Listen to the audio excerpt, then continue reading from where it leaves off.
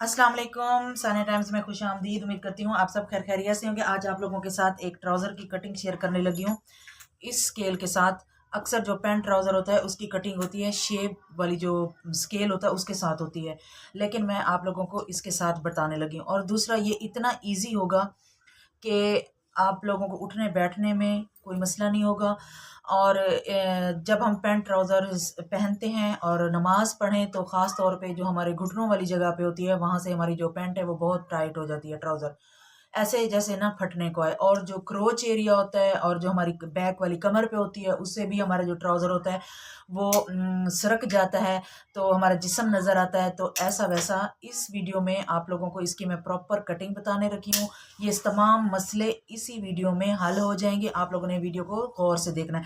सबसे पहले बंद वाली साइड को इस तरफ रखना है, ओपन वाली साइड को इस तरफ रखना है और आधे इंच की ना एक लाइन ड्रॉ कर लेनी है और ऊपर से ये भी लाइन ड्रॉ कर लेनी है कटिंग का मार्जिन छोड़ के।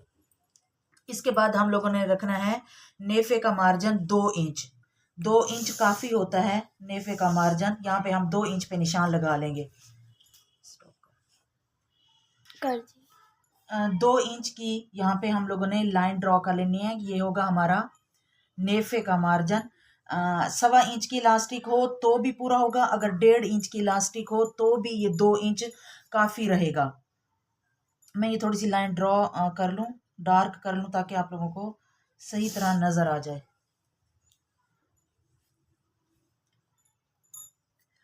अब हमने क्या करना है कि अपना जो हिप साइज होता है वो लेना है। ठीक है, आप लोगों ने अपने हिप साइज के अकॉर्डिंग इसमें 2 इंच एक्स्ट्रा मार्जिन रखना है।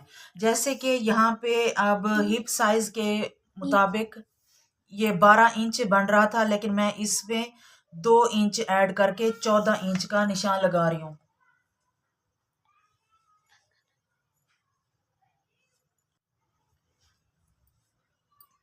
ये 14 इंच पे मैंने निशान लगा दिया है। अब हमने क्या करना है, यहाँ पे आसन लेना है 13 इंच।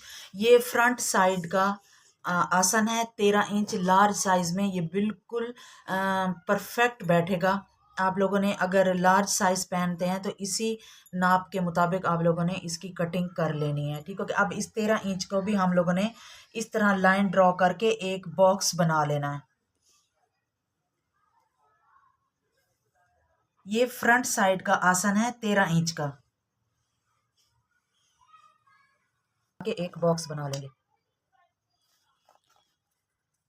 और यहाँ पे हम लोगों ने क्रोच एरिया की गुलाई देनी है, बहुत डीप नहीं देनी, बिल्कुल हल्की सी देनी है, बिल्कुल हल्की सी नॉर्मल सी देनी है। अब हमने इसके बाद यहाँ से ये आसन है जो नेफा है, सॉरी, यहाँ से रख के हमने अपनी लेंथ फरमाइश करनी है। मैं यहाँ पे 37 इंच लेंथ रख रही हूँ। हम लोग यहाँ पे 37 इंच लाइन ड्रॉ कर लेंगे। और जो पौंचे की फोल्डिंग है वो मैं रखूंगी 3 इंच, तो इसका मतलब मैं यहाँ पे 40 इंच पे निशान लगा लूंगी। ठीक हो गया। ये लाइन हम लोगों ने इस तरह पूरी ड्रॉ करनी है, 1/2 इंच की पूरे कपड़े तक। अब ये जो हमारी लेंथ है इसको भी हम लोग इस तरह सीधा ड्रॉ कर लेंगे।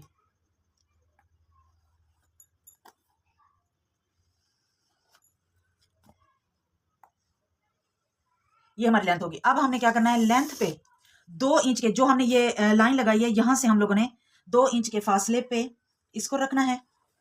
और इधर से अब हमने इस लाइन को, 2 इंच वाली लाइन को इसके साथ हम लोगों ने मिला देना है, बिल्कुल इसी तरह। अगर आप थोड़ी सी शेप देना चाहें तो शेप पट्टी के साथ कर लें। उससे क्या होगा कि वो थोड़ा सा ना कर्व में आ जाएगी पैंट, वो फिर घुटनों वाली साइड से या फिर आपको क्रोच एरिया से टाइट हो सकती है। अगर आप लोग इस तरह इसको सीधा लाइन ड्रॉ करेंगे तो ये बिल्कुल होगी। इसको हम इस तरह मिला लेंगे,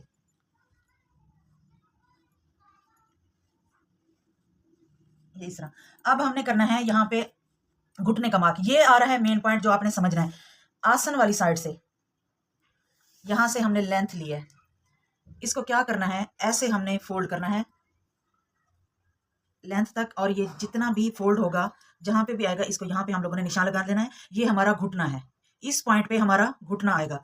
एक दफा फिर देख लें, आसन वाली जगह से, नेफे वाली जगह से, नेफे का मार्जिन छोड़ के लेंथ पमाइश किया, वहां से आप लोगों ने अपने स्केल को रखना है और इसको इस तरह फोल्ड करना है लेंथ तक। जितनी आप लोगों ने लेंथ रखी है, 37 रखी है, 38 रखी है या 36 रखी है, तो ये जितना आएगा ये हमारा घुटना है। इसको भी हम इस तरह सीधा कर लेंगे।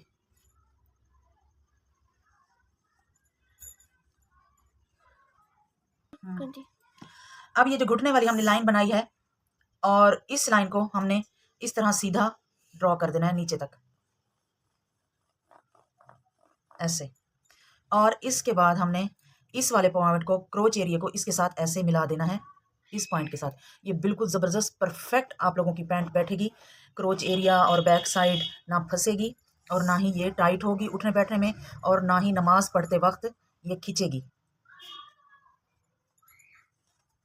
अब इस लाइन को, अब आपने अपने पौंचे की पैमाइश करनी है। मैं पौंचा अपना रख रही हूँ 8 इंच, यहाँ से 8 इंच। और ये वाला जो हमने एक्स्ट्रा मार्जिन लिया है फोल्डिंग का, इसको हमने इस तरह सीधा कर देना है। और इस वाली लाइन को हम ऐसे ही सीधा जाने देंगे। इधर से हम अपनी लाइन को तिरछा कर देंगे। ये तिरछी क्यों जाती है, ये जब मैं स्टिचिंग करूंगी तब आपको बताऊंगी ये तिरछी क्यों जाती है। अब इस लाइन को इस लाइन के साथ मिला देंगे।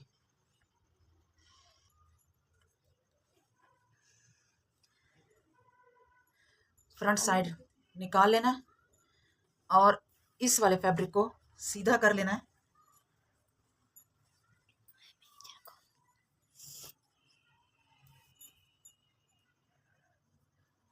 रोक दे देना।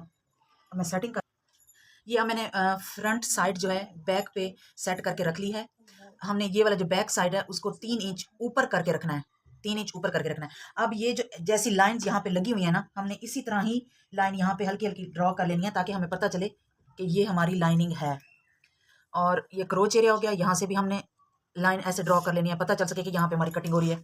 ये हमारा घुटने का निशान हो गया, यहाँ पे भी हम ऐसे लाइन ड्रॉ कर लेंगे, पता चल सके ये घुटना है। और ये भी सीधी कर लेंगे ताकि पता चल सके ये हमारा पहुंचा है और ये हमारा फोल्डिंग पॉइंट है। इधर से भी ऐसे कर लेंगे, सिर्फ ये निशान लगाने के लिए, याद दहानी के लिए कि यहाँ पे हमारे ये पॉइंट्स हैं। बाकी कटिंग तो हुई पड़ी है, सेम वैसी ही कटिंग करनी है। अब हमने क्या करना है, ये जो बैक साइड है इसको हम 3 इंच ऊपर चढ़ा के रखेंगे, 2 इंच एक्स्ट्रा यहाँ पे निशान लगाएंगे, इसको सीधा कर लेंगे। 2 इंच यहाँ पे हो गया, 2 इंच यहाँ पे और 2 इंच ये क्रोच एरिया पे हो गया। ठीक हो गया। और इसी तरह हम 2-2 इंच नीचे तक, पहुंचे तक हम इसको बढ़ा लेंगे। ये बैक साइड हो गई हमारी।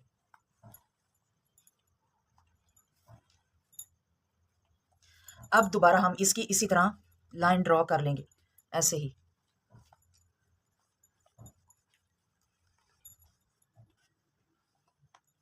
यहाँ पे बिल्कुल कटिंग करते वक्त ना ऐसे हल्की सी गुलाई देनी है, बिल्कुल हल्की सी मामूली सी गुलाई देनी है, बहुत ज़्यादा गुलाई नहीं देनी। और ये हमारा बैक साइड का आसन वाली जगह हो गई। ज़ैनबी तुम कैसे,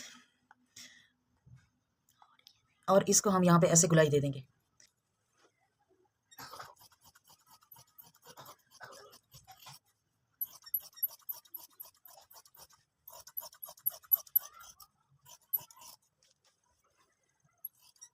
ये हो गई हमारी पैंट ट्राउज़र की कटिंग लार्ज साइज़ में।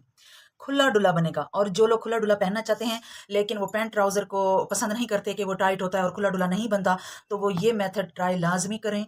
बहुत इजी और बहुत ही ज़बरदस्त। अब जब मैं आपके साथ इसकी स्टिचिंग शेयर करूँगी तो इंशाल्लाह आप लोगों को ये मेरी वीडियो बहुत पसंद आएगी। अच्छा जी, ये है वो ट्राउज़र। इसी वीडियो में मैंने आपके साथ कटिंग भी शेयर कर दी है, लेकिन इसको पहले मैंने इस तरीके से कटिंग की है और जिस तरीके से मैंने इसकी स्टिचिंग की है इसकी मैं आप लोगों को फाइनल लुक दिखा देती हूँ। ये देखें, इसकी स्टिचिंग में कोई सलवट नहीं आई कहीं से भी, ये देखें कहीं से कोई सलवट नहीं आई। ये सेम उसी मेजरिंग के साथ बनाया है मैंने, जो मैंने आप लोगों के साथ शेयर की है। और ये खुला बना है और बहुत ज़बरदस्त सिलकर रेडी हुआ है, ये देखें फिनिशिंग के साथ। और मैं ये भी बताऊंगी आप लोगों के साथ कि यहाँ पे जो सिलाई लगानी है और कैसे लगानी है। और सबसे पहले जो बात होती है स्टिचिंग करने के लिए, आप प्रेस का इस्तेमाल करें। अगर आप चाहते हैं ना कि आपकी सिलाई में नीटनेस आए तो प्रेस करना ज़रूरी होता है। कटिंग करने से भी पहले भी और स्टिचिंग करते वक्त साथ साथ भी प्रेस ज़रूरी होता है, जिसकी वजह से आप लोगों की जो स्टिचिंग है उसमें नीटनेस आती है। ये सेम उसी मेजरिंग के साथ बनकर रेडी हुआ है जो मैंने आप लोगों के साथ अभी शेयर की है। दूसरे ट्राउज़र पर मैंने कटिंग की है। और अब अगर मैं इसकी मेजरिंग करूँ तो ये फ्रंट पूरा 14 इंच होगा। ये देखें, क्योंकि हमने ये 14 इंच रखा था तो ये 14 इंच ही होगा। ये देखें पूरा 14 इंच आया। मतलब कि इसका जो साइज़ है ना कि सिलाई का मार्जिन वगैरह का इशू बनता है, तो वो स्टिचिंग के बाद कोई प्रॉब्लम नहीं होती और बहुत ज़बरदस्त सिलकर तैयार होता है और पहना हुआ भी बहुत अच्छा लगता है। ये थी मेरी आज की वीडियो, उम्मीद करती हूँ आप लोगों को अच्छी लगी होगी। तो प्लीज़ चैनल को सब्सक्राइब कर दें, वीडियो को लाइक कर दें, शेयर कर दें और प्यारा सा कमेंट तो लाजमी कर दीजिएगा। अपना और अपने फैमिली मेम्बर्स का ख्याल रखें, दुआ में याद रखें। अल्लाह हाफ़िज़।